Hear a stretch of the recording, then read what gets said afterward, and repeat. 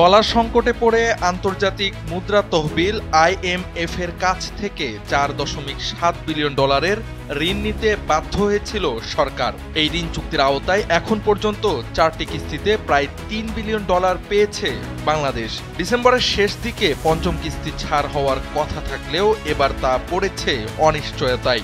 IMF জানিয়েছে, নির্বাচনের পর গঠিত রাজনৈতিক সরকার ছাড়া তারা আর কোনো কিস্তি ছাড় করবে না। সম্প্রতি ওয়াশিংটনে IMF ও বিশ্বব্যাংকের বার্ষিক সম্মেলনে এই বার্তা দেওয়া হয়েছে বাংলাদেশ প্রতিনিধি দলকে। সম্মেলনে অংশ নেওয়া সাবেক গভর্নর ও অর্থ উপদেষ্টা ডক্টর সালেহ উদ্দিন আহমেদ এবং বাংলাদেশ ব্যাংকের governor doctor Ahsan H Mansur বিষয়টি সাংবাদিকদের নিশ্চিত করেছেন। তাদের ভাষ্য অনুযায়ী জাতীয় নির্বাচনের মাধ্যমে একটি রাজনৈতিক সরকার ক্ষমতায় আসার পর IMF নিশ্চিত হতে চায় নতুন সরকার ঋণের শর্তগুলো বাস্তবায়নে প্রতিশ্রুতিবদ্ধ কিনা। সে নিশ্চয়তা পাওয়ার পরই কিস্তির অর্থ ছাড় করবে সংস্থাটি। ফলে ডিসেম্বর বা জানুয়ারির বদলে পঞ্চম কিস্তি পাওয়া পিছিয়ে যেতে পারে মার্চ বা এপ্রিল পর্যন্ত।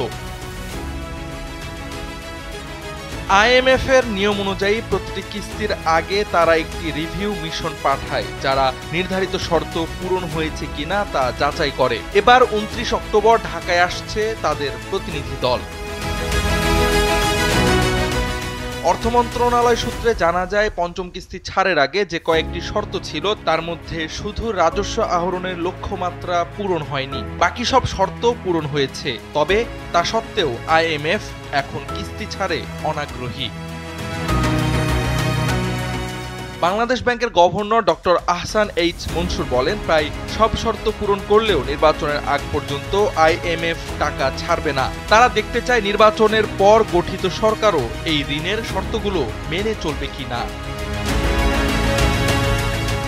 প্রসঙ্গত, ডলার সংকটের মধ্যে আওয়ামী লীগ সরকার IMF এর কাছ থেকে 4.7 বিলিয়ন ডলার ঋণ চুক্তি স্বাক্ষর করে। বর্তমান অন্তর্বর্তী সরকার দায়িত্ব নেওয়ার পর IMF এর সঙ্গে আরও 800 মিলিয়ন ডলারের ঋণ চুক্তি হয়েছে। সব মিলিয়ে IMF থেকে মোট 5.5 বিলিয়ন ডলার ঋণ পাওয়ার কথা রয়েছে বাংলাদেশের। এই পরিস্থিতিতে স্পষ্ট যে IMF এখন শুধু অর্থনৈতিক নয়, রাজনৈতিক স্থিতিশীলতাও বিবেচনায় নিচ্ছে। নির্বাচনের পর গঠিত সরকারই নির্ধারণ করবে ঋণের বাকি কিস্তি কবে আসবে। জাওয়াদ আহমদ, সময়ের আলো।